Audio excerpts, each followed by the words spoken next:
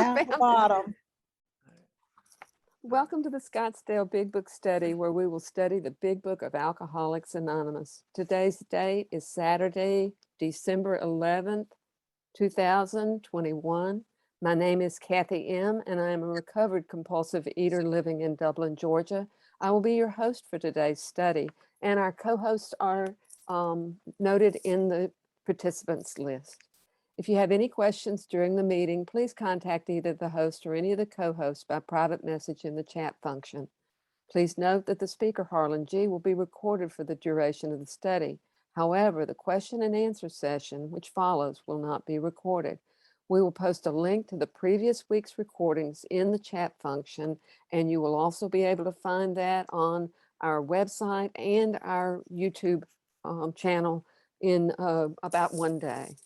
We ask if you can please make sure that your microphone is on mute at all times during today's study, and also please turn off your video if you are exercising, eating, or if you need to step away from your screen for any reason.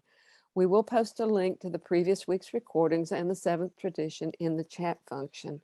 I'd like to mention that at this time that we're several of us are working on security, and should there be any interruption in what Harlan's saying, if you'll just be patient for a moment, we'll get things back and going again. But we expect this to be a very smooth and easy meeting and look forward to it.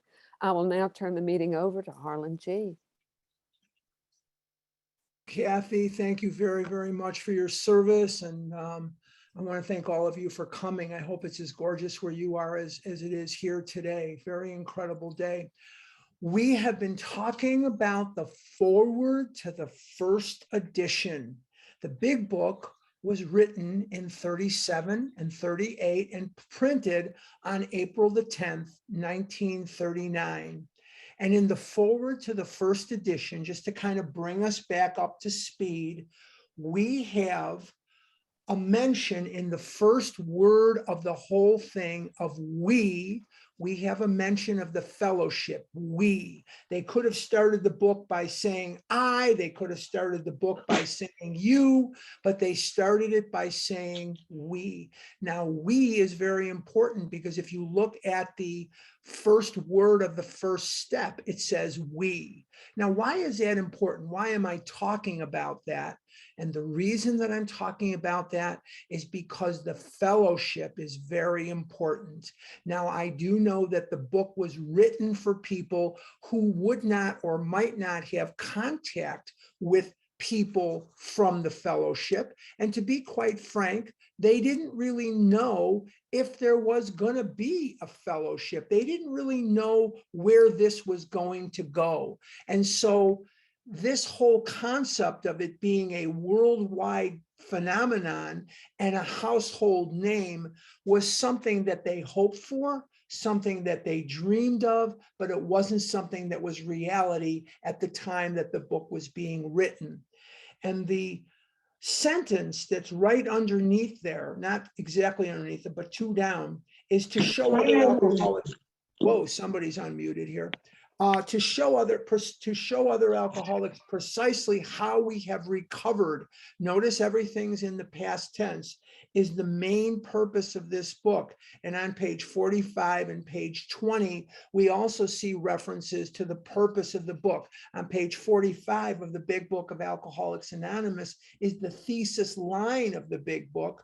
And the thesis line of the big book says, the main object of this book is to help you find a power greater than yourself, which will solve your problem. And it doesn't say problems, it says problem. What is my problem? My problem is I cannot eat without triggering the physical allergy, and I cannot keep from eating because of the twist of the mind. And we're going to be talking a lot about that in the time to come.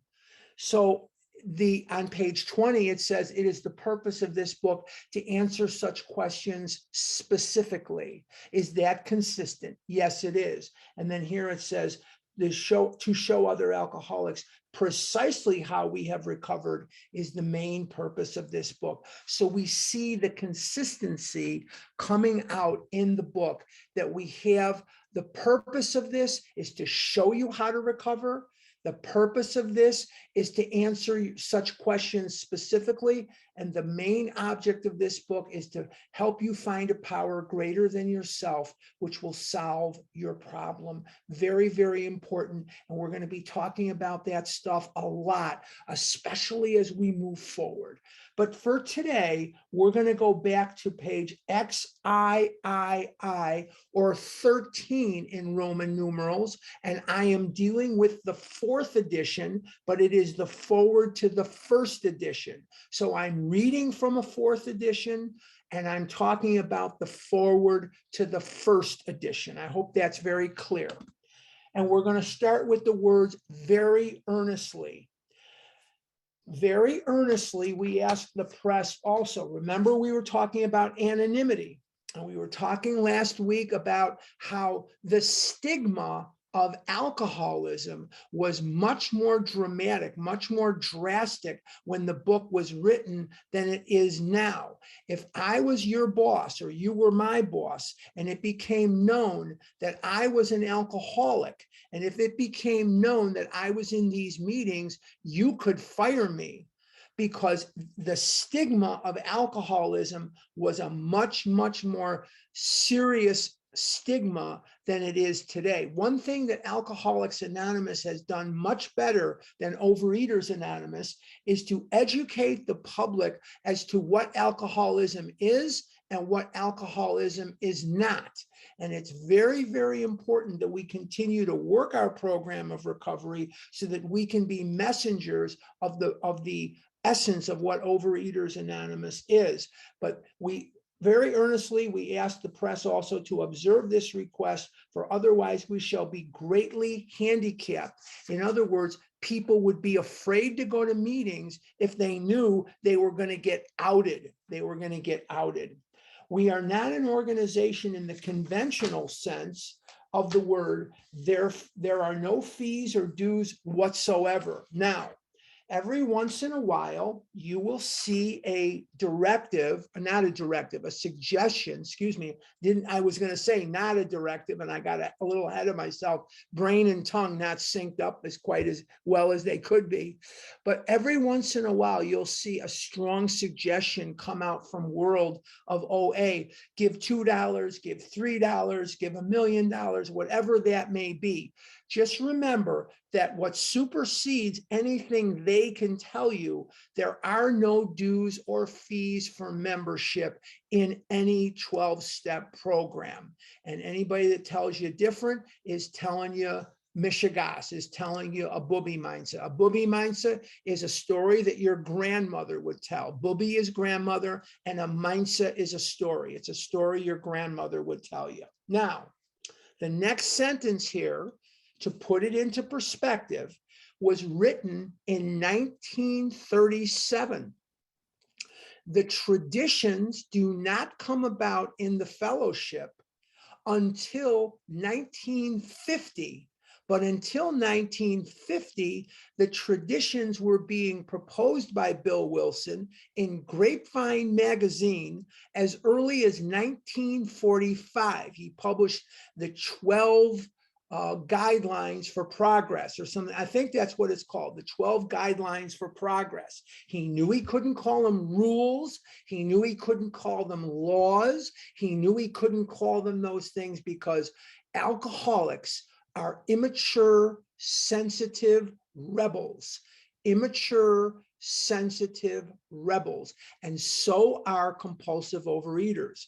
And many of us would kick and fuss if it was rules or laws. And they came up with this concept of traditions being the word. And that seemed to be the most palatable thing.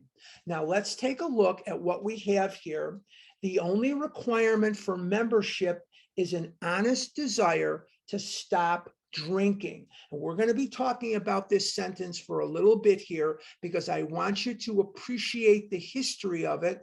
And I want you to remember that Alcoholics Anonymous, Overeaters Anonymous, Gamblers Anonymous, whatever it is anonymous that you see, did not come about because Bill met Bob and the fellowship sprung out of their ear. It came about amidst much trial and tribulation.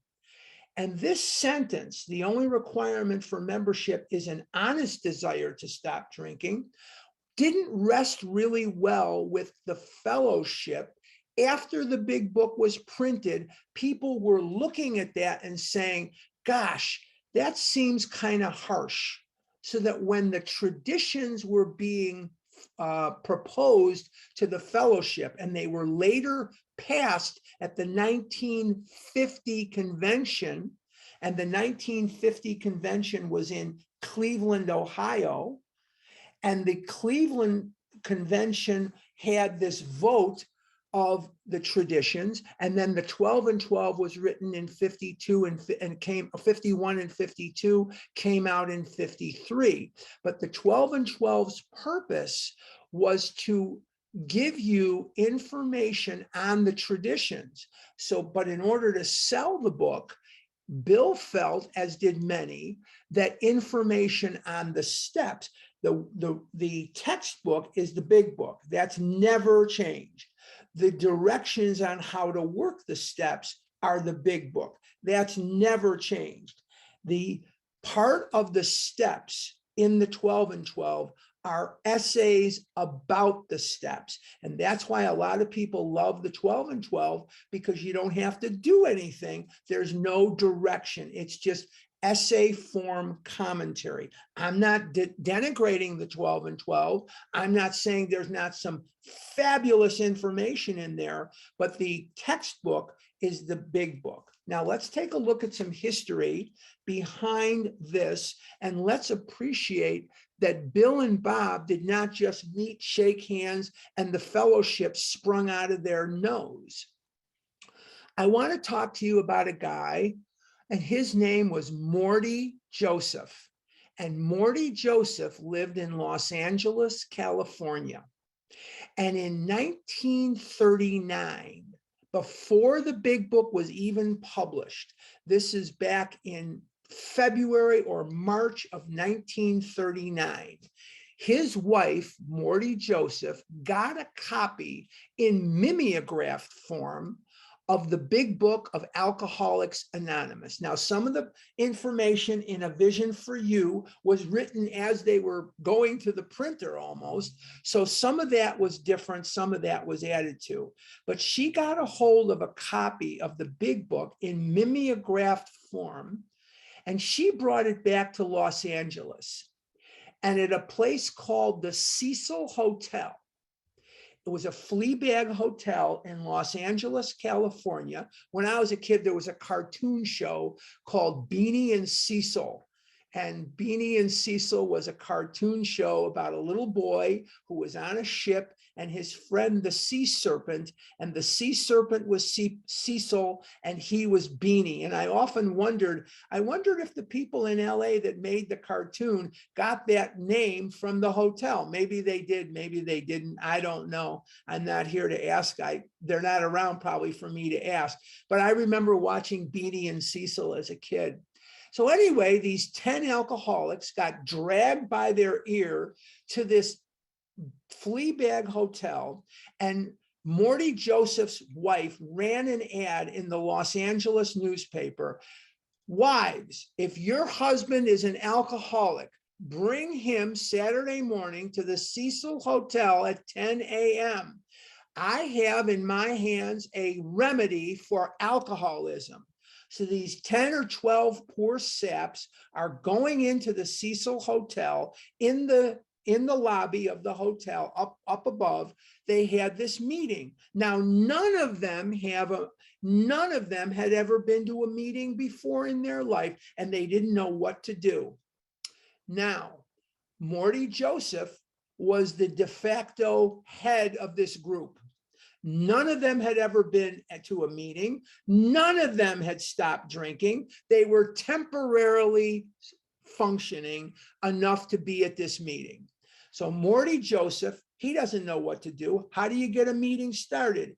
He sees one of the chapters is written, and its title is How It Works. And he opens up his mimeograph thing to chapter 5, How It Works. and he starts reading between the beginning of the chapter. Rarely have we seen a person fail who has thoroughly followed our path, all the way through the ABCs on page 60. He reads the steps and he reads through the ABCs. That custom of reading through that has followed us through this very day. Many, many meetings begin with a recitation of chapter 5's first 2-3 pages up to the ABCs. It's still going on today. Now, why am I mentioning Morty Joseph and why am I mentioning Los Angeles when it comes to a discussion of the requirement for membership being an honest desire to stop drinking? Some of the people that made this fellowship what it is today are dead, and some of the people never recovered. They never, ever recovered. Now, I want to tell you a story of something that occurred in 1943 during World War II. AA was becoming a little stronger in Los Angeles than it was any other area west of the Mississippi. It was in Los Angeles before it was in Denver and Albuquerque and, Phoenix and all these. It went from East Coast, bounced to West Coast, and then they kind of met in the middle, sort of like when they built the railroad. And in Los Angeles in 1943, there was a woman who was very, very attractive, and her name was Irma Lavoni. And Irma Lavoni used to come to the meetings, and the wives were very uncomfortable with her being in there with their husbands. Irma Lavoni was also a working prostitute. And she was a prostitute, and she was in there with their husbands, and they were not happy. Now, there was no traditions at this time.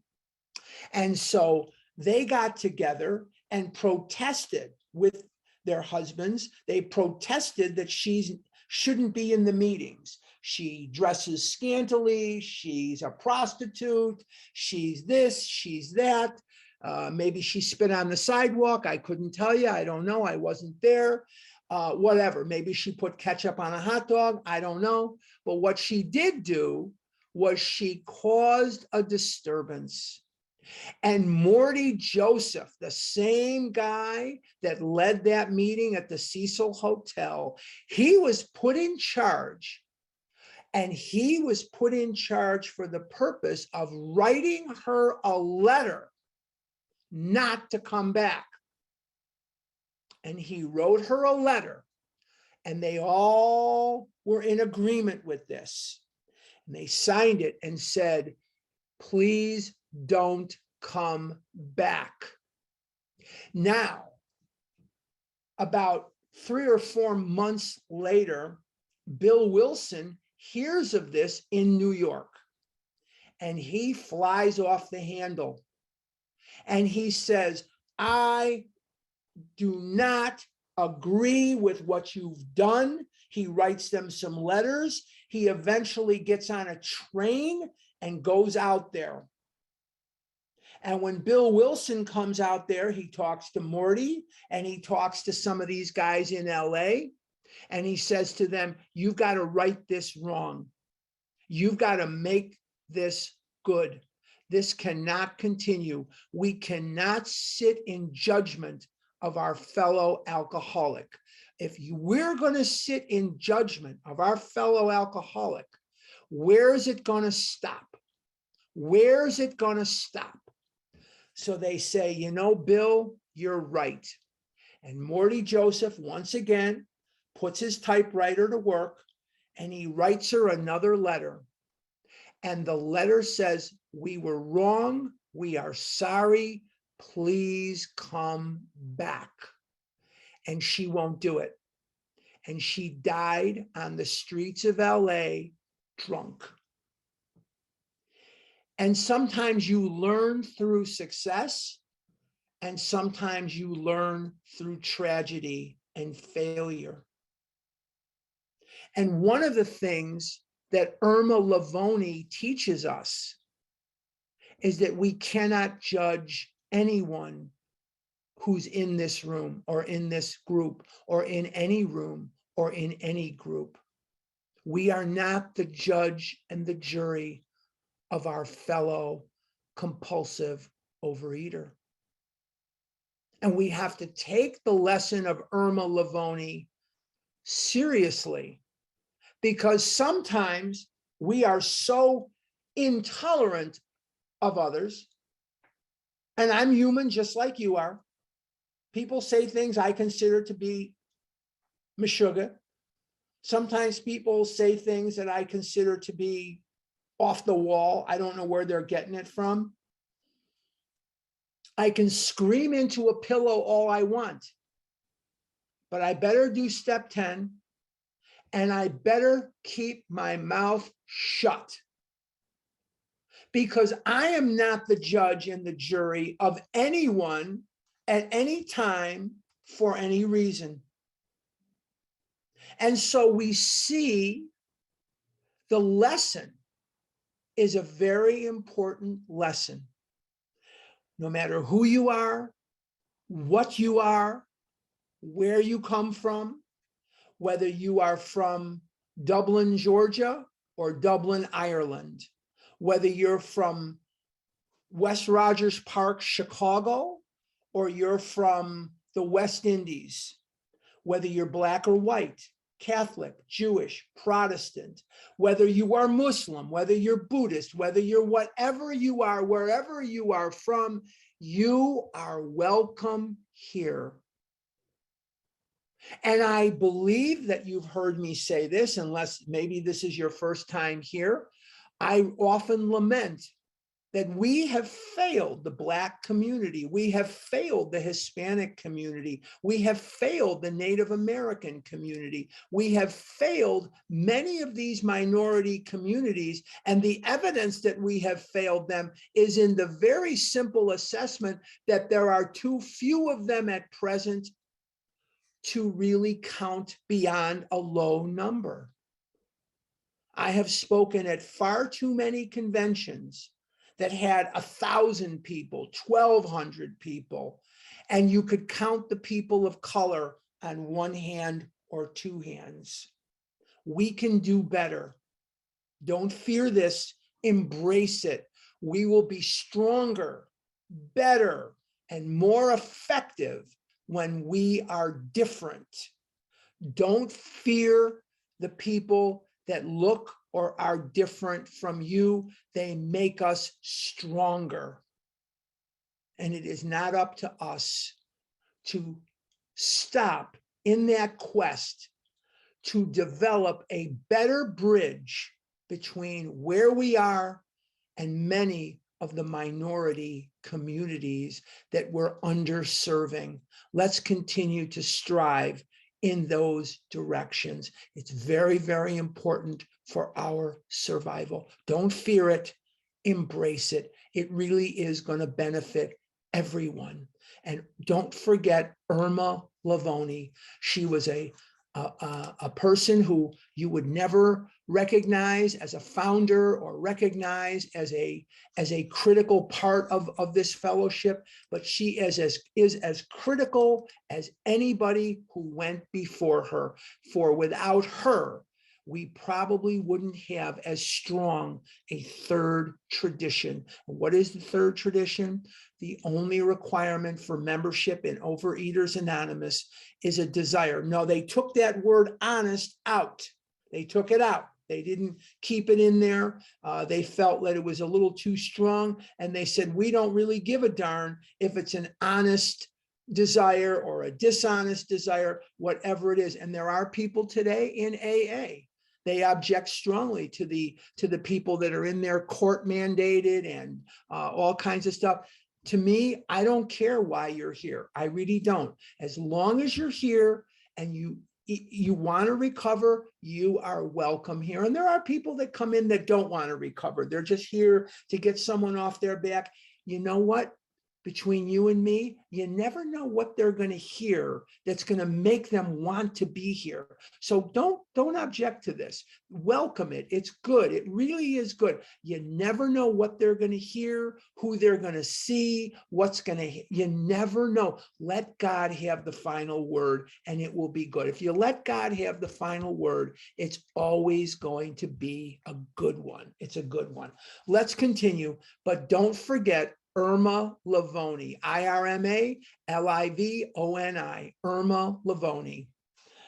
We are not allied with any particular faith, sect, or denomination, nor do we oppose anyone. Very, very important. See, these are the beginnings of your traditions, even though they wouldn't come about for a few more years. This is your beginnings of it. We simply wish to be helpful to those who are afflicted. Very, very important. Very important. We simply want to be helpful to those who are afflicted.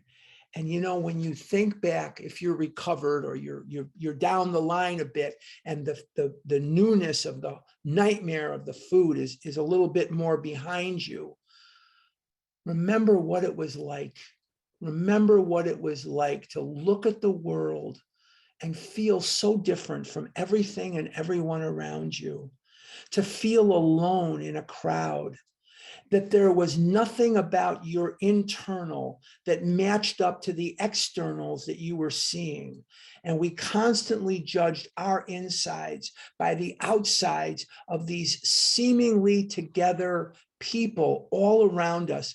And we always made these comparisons when things were going poorly. We never made the comparisons when things were going well. So we can't forget about what that's like. And we don't want to block anyone from coming into the fellowship.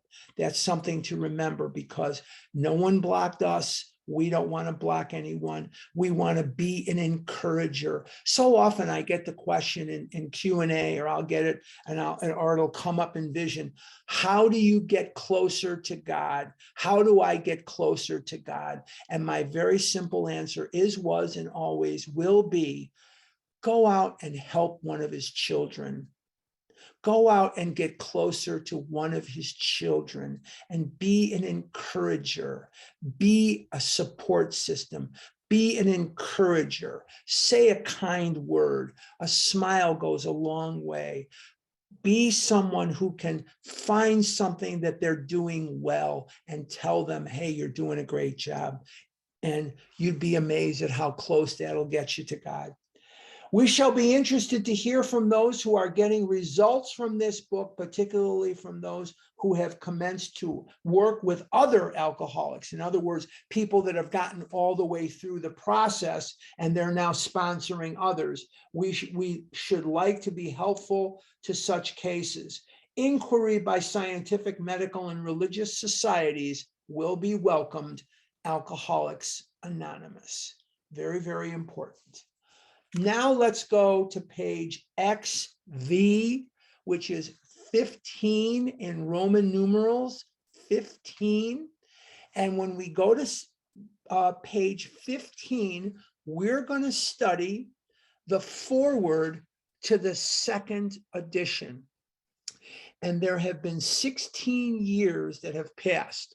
The big book, first edition, first printing, and I have one.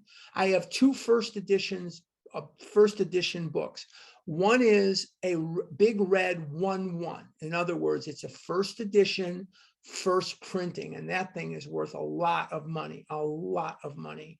And I also have a first edition big book, 16th printing, which is blue, and it's the same words, the same everything. The doctor's opinion is on page 1, and there's no appendix. There's whatever, but there's, all this other stuff. Oh, there is an appendix 2 in that one. I'm sorry. But Bill's story isn't on page 1. It's on page 7 or 6 or whatever the heck it was. But the doctor's opinion was chapter 1. Okay, figures given in this foreword describe the fellowship as it was in 1955. What prompted a second edition? Well, first of all, the bottoms were starting to come up. The people that were in AA originally were very, very low bottom drunks, very low bottom guys. But as 1955 rolled around, the bottoms were coming up.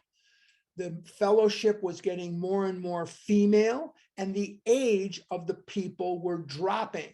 The average age of an AA person is 33. The average age of a person in OA is 55. So they have a little bit of a different demographic than we do. They're at 33, we're at 55. So things are a little different, but the ages started dropping. Okay, let's go to page XV or 15 in Roman numerals. Since the original foreword to this book was written in 1939, a wholesale miracle has taken place. Our earliest printing voiced the hope that every alcoholic who journeys will find the fellowship of Alcoholics Anonymous at his destination. Already, continues the early text, 2s and 3s and 5s of us have sprung up in other communities. Now, by the time this book came out in 55, Alcoholics Anonymous was well on its way. When they first came out with the book, you couldn't give the damn thing away. And things were very, very, very slow. It was like selling, pork chops at a bar mitzvah. It was very, very tough sledding to get the book going. And then the Jack Alexander thing came out, and then Archie Throwbridge in Detroit went on the radio, and then there was other, publications, other things, Saturday Evening Post and the Rockefeller thing, he was publicizing it too. And things started snowballing. 16 years have elapsed between our first printing of this book and the presentation in 1955 of our second edition. In that brief space, Alcoholics Anonymous has mushroomed into nearly 6,000 groups whose membership is far above 150,000. Do you remember on page 159 in 1937, January of 37, they had 10 people in the world that were sober? 10 people in the world that were sober in January of 37. Now there are 6,000 groups and 150,000 members, where God guides, God provides, and God knows how to provide. God knew the path that we needed to take, because there were millions and millions and millions and millions of people that were suffering under an inhumane yoke of the slavery of this disease, and that they were being denigrated, and that they were being dragged through pitiful and incomprehensible demoralization. And God wanted to send us something that could help us. And he sent us this book, and he sent us the fellowship. He knew how to serve his children. Groups are to be found in each of the United States and all the provinces of Canada. AA has flourished in communities in the British Isles, the Scandinavian countries, South Africa, South America, Mexico, Alaska, Australia, and Hawaii. Seems almost funny today, but Alaska and Hawaii came in 1959, but the second edition came out in 55. They were not yet states. A little trivia question for you trivia buffs. What was the 48th state? Arizona. Arizona was state 48. We were the last state to be admitted to the Union before Alaska and Hawaii. That's why there's a big tavern chain here called State 48. We were the 48th state. All told, promising beginnings have been made in some 50 foreign countries and US possessions. Some are just now taking shape in Asia. Many of our friends encourage us by saying that this is but a beginning, only the augury of a much larger future ahead. And one of the things that I wish that every one of you will experience. Now, this year, the convention for the OA birthday, and by the way, registration for the OA birthday is open, and that will take place the 14th, 15th, and 16th of January. 14th, 15th, and 16th of January. I'm hoping that every one of you will register. We're not going to be doing Big Book that weekend. I want you to concentrate on the birthday. But one of the beautiful things about that birthday is going to be as you zoom through, and I don't have the interest or the time to sit and scroll through here, and it would look strange. I'm trying to talk and I'm going, I don't have the time, I don't have the interest. I can see how many of you are on here, and I can see the A's, and I can see just a few people that are on here, not many, but you'll see people from Korea, you'll see people from Japan, you'll see people from India, you'll see a lot of different people.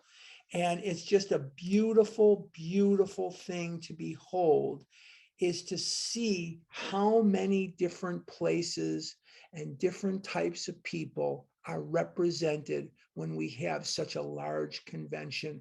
I hope that you'll be able to experience it in person, not this coming year, 22, but by 23, I hope we'll all be together in Los Angeles so that we can embrace and we can cry together, we can laugh together, we can check on Miriam together, we can do a lot of different things, because it's very, very important that this pandemic get behind us so that we can all be together and enjoy each other in the Los Angeles hotel that we hold it at every year. Very, very, it's my dream that we're going to be together soon. Registration is open. All you need to do is go to Los Angeles Overeaters Anonymous, click on birthday. Registration is $30. And when you consider how much you used to spend on Cheetos and French fries and donuts and God knows what, you will consider, like I do, that the $30 registration for such a magical convention is nothing. It's just absolutely nothing. Okay, let's continue. But I hope you're all going to be at the birthday, not in Los Angeles, but on Zoom. The spark that I'm at the bottom of XV or 15. The spark that was to flare into the first AA group was struck in Akron, Ohio in June of 1935. We all know that. During a talk between a New York stockbroker, he wasn't really a stockbroker, he was a New York City stock speculator, and an Akron physician, Dr. Bob and Bill Wilson. 6 months earlier, the broker had been relieved of his drink obsession by a sudden spiritual experience following a meeting with an alcoholic friend who had been in contact with the Oxford groups of that day. Now, he's talking about Bill Wilson's meeting with Ebby Thatcher. And Ebby had been in contact with the Oxford group. We're going to get into that whole history when we do Bill's story, just to give you a very sort of boom, boom, boom, because it bears on this. Ebby Thatcher was an alcoholic, and he knew Bill Wilson. They grew up together. They were in school together. They went to Barn Barton in Manchester, Vermont together. Bill Wilson was born in East Dorset, Vermont. And Bill Wilson was born right across from Manchester, Vermont. And that's where the Thatchers had their summer home, was in Manchester, Vermont. And he knew Ebby, and Ebby and him did a lot of drinking together. Boy, did they do a lot of drinking together. And do you remember when it said in the doctor's opinion that in order for the message to be carried, it must have depth and weight? Well, there was no better harbinger of this message than Ebby Thatcher. Bill Wilson often said that if I got to be as bad a drunk as Ebby, I'm going to quit. Hold on one second here. I'm going to quit. And Ebby Thatcher used to go around saying, if I ever get to be as bad a drunk as Bill Wilson, I'm going to quit. And Ebby was a really bad drunk. And Ebby got in trouble with the police in Manchester, Vermont, from his drunken escapades. But rather than go to the insane asylum in Brattleboro, Vermont, now Brattleboro is a city in Vermont, but it's also where the state mental hospital is. And they were going to send Ebby to Brattleboro. And in there, that was in Brattleboro. But I can't even think. What they did with alcoholics often was they would put them in the insane asylum for an indefinite period of time. They didn't know what else to do with them, and they would commit these guys. Where I'm from Chicago, and I was born and raised there. There's Dunning, and then there was Michael Reese, and there was different ones, but Dunning on Irving Park and Narragansett was the big one. And they would stuff these guys into Dunning, and they'd keep them there for an indeterminate period of time. And they didn't know what else the heck to do with them. But rather than send Ebby to Brattleboro, a man by the name of Roland Hazard, and we will study Roland when we get to Bill's story, a man by the name of Roland Hazard and a man by the name of Sebra Graves Jr. interceded with the judge, whose name happened to be Sebra Graves Sr. And Sebra Graves Sr., at the behest of Sebra Graves Jr. and Roland Hazard, gave Ebby a choice. You could either go to Brattleboro, or you can go to New York with these men, do as they say, and we will suspend your sentence. But if you don't do what they say, you have to come back here. We're going to extradite you to Vermont, and we're going to put you in Brattleboro. And so he agreed. He wasn't exactly a fireball of enthusiasm. He was not exactly a fireball of willingness, but he did go with them because he figured that going to New York, and he called them holy rollers in the Oxford group, he called them a bunch of freaking holy rollers. He figures that's better than straitjackets, padded cells, electroshock therapy, and God knows what else he would be subjected to in Brattleboro. So he goes in there in September of 34, and he stays sober from September to October, 1 month, and from October to November, 2 months. And at the end of November, they say to Ebby Thatcher, Ebby, you got to go give testimony. And he says, what's give testimony mean? What does that mean? And they say, go tell somebody what God did for you. And he'd say, God, I don't want to go give testimony. That's embarrassing. And they'd say, you don't have to. You can always go to the insane asylum. And he says, you know what? I think I'll go give some testimony. So he thinks and he thinks and he thinks and he thinks. You can tell I raised a daughter, Winnie the Pooh. Think. But he thinks, who can he give testimony to in, I almost said in Chicago. I've got Chicago on the brain. I was just there. But anyway, the bottom line is who can he go give testimony to in New York where he won't embarrass himself? And in late November of 1934, he pays a call on his friend, schoolmate, confidant, drinking buddy, Bill Wilson. And it changed the world. It changed the world forever. So this is what they're talking about. I told you we're going to go slow here because I don't want to just gloss over stuff and just say, okay, bum, bum, bum. I want to give you what's behind what you're reading, and I hope that that will further your understanding. Let's continue. He had also been greatly helped by the late William D. Silkworth. Silkworth was Bill's doctor. He was the medical director of the town's hospital, and Bill had been hospitalized there 3 times, so he knew him. A New York specialist in alcoholism who is now accounted no less than a medical saint by AA members, and whose story of the early days of our society appears in the next pages.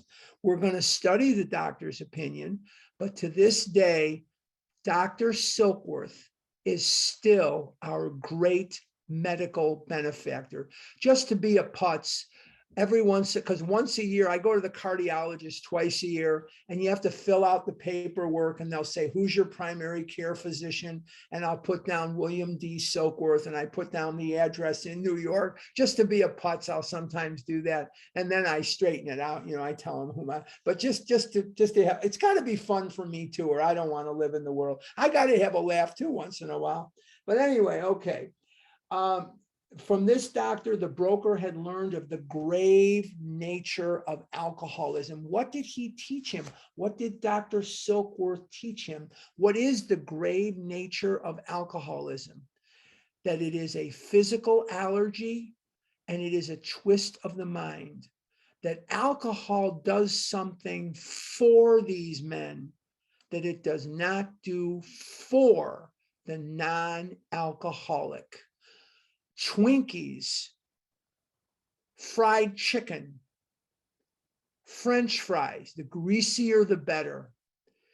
French fries, whatever, does something for me, not to me, for me, that it does not seem to do for the normal temperate eater. There is a reaction in the mind and a reaction in the body that is different from the normal reaction to food. When my friends sit down to eat a meal, they get all the food they want every time they sit down to a meal. And they say weird stuff I don't know the meaning of. Like, oh, this is too sweet. Or, oh, who could eat so much? Or my favorite, could I get a box? I'm going to take half of this home. They say weird ass stuff like that I can no more understand than I can understand Korean or Chinese or God knows what. I do not understand. It's too sweet. It's too rich. There's too much. I don't get it.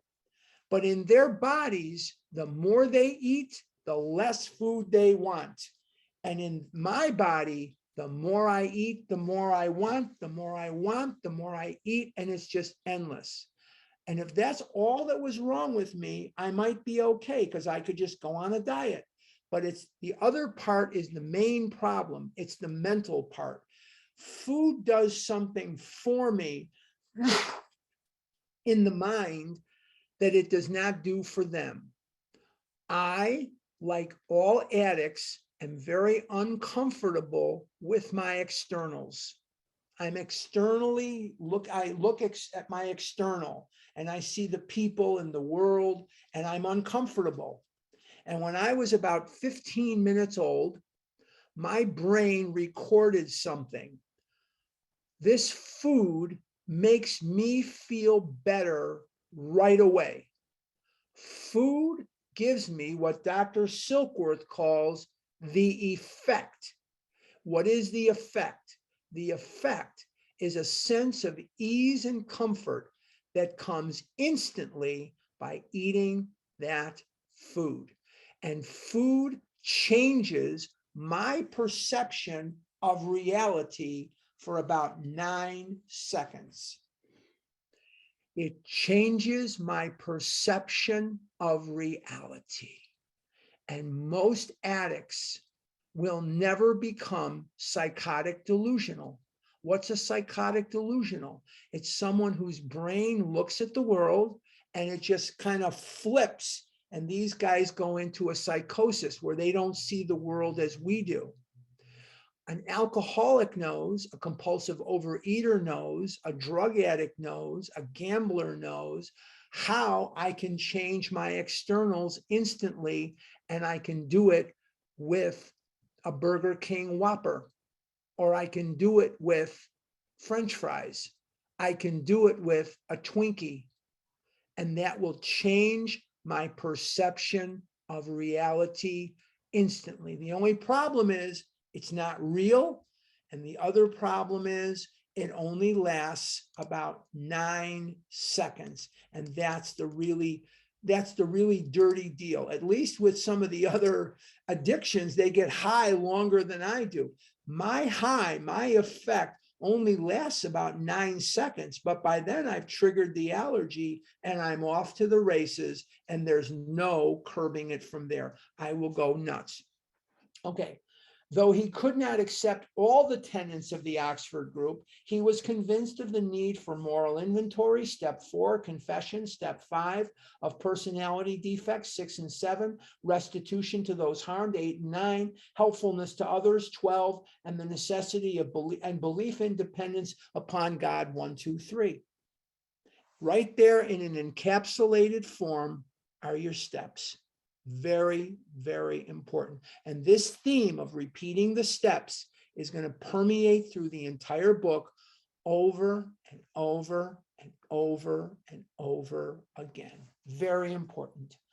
Prior to his journey to Akron, the broker had worked hard with many alcoholics on the theory that only an alcoholic can help an alcoholic, but he had succeeded only in keeping sober himself. The broker had gone to Akron on a business venture which had collapsed, leaving him greatly in fear that he might start drinking again. He suddenly realized that in order to save himself, he must carry his message to another alcoholic. That alcoholic turned out to be the Akron physician.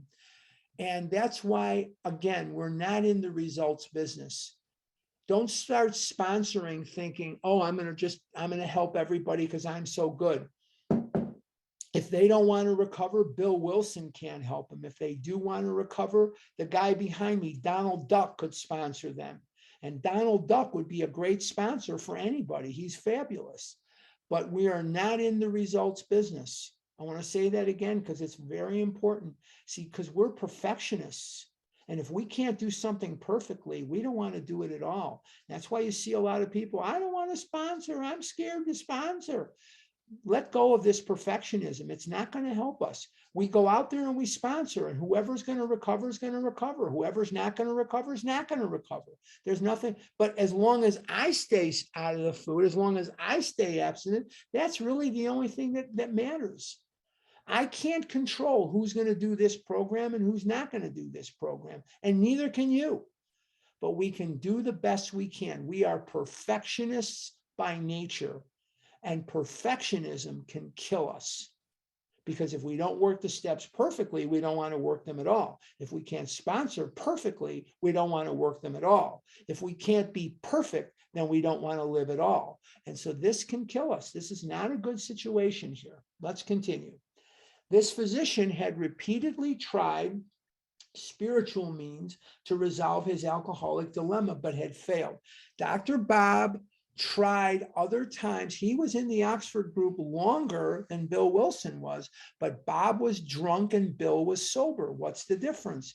Bill worked through the steps and understood also, because of Silkworth, the importance of never taking the first drink. Dr. Bob did not know about the physical allergy. Even being a physician, he didn't know it, and he didn't know about the twist of the mind. So Dr. Bob figured he'd have a couple of beers or a couple of shots of whiskey or a couple of whatever, and then he would stop. But he couldn't stop, and he just couldn't do it. And it was Bill Wilson that convinced him of these things. Very important. I think I have a drinking problem, because since I'm old now, I'm not young anymore. Now when I drink water, I spill it on my shirt. So I guess I have a drinking problem too. Maybe I better check out an AA meeting today. But when the broker gave him Dr. Silkworth's description of alcoholism and its hopelessness, the physician began to pursue the spiritual remedy for his malady with a willingness he had never before been able to muster. Now he understood he needed to do this program in its entirety, and if he didn't, he was not going to recover. He sobered never to drink again up to the moment of his death in 1950. This seemed to prove that one alcoholic could affect another as no non-alcoholic could. It is also indicated that strenuous work, one alcoholic with another, was vital to permanent recovery. Very, very important was this discovery that one alcoholic talking to another alcoholic so that the second alcoholic's feelings of differences, being different, would subside. And in his friend, the other alcoholic, he could see that there was a way out. He could identify. And what do we give each other? Why is fellowship so important? Well, fellowship's actually important for a number of reasons. It isn't just important for one reason or two reasons. It's actually important for a great number of reasons. And one of the reasons that fellowship is so important is as you move through and you start to identify one to the other, that we feel less different and less alone. Remember that the disease of compulsive overeating is an effective and efficient abuser. And what is an abuser? What does an abuser do? An abuser is someone who abuses you with no thought of your own welfare. But what does an abuser do first? An abuser will amputate you, separate you from your support system. They will alienate you from friends. They will alienate you from family. And we're going to see that in Bill's story.